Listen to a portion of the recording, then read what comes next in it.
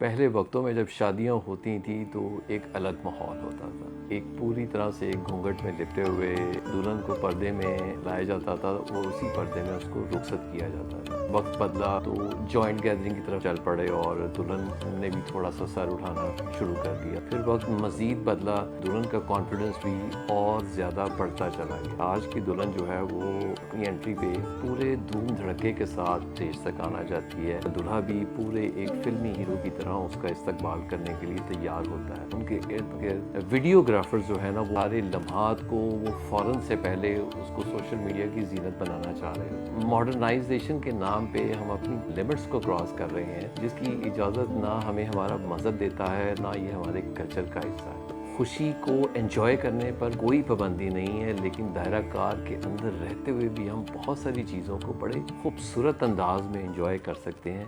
ज़रा सोचिएगा इसमें।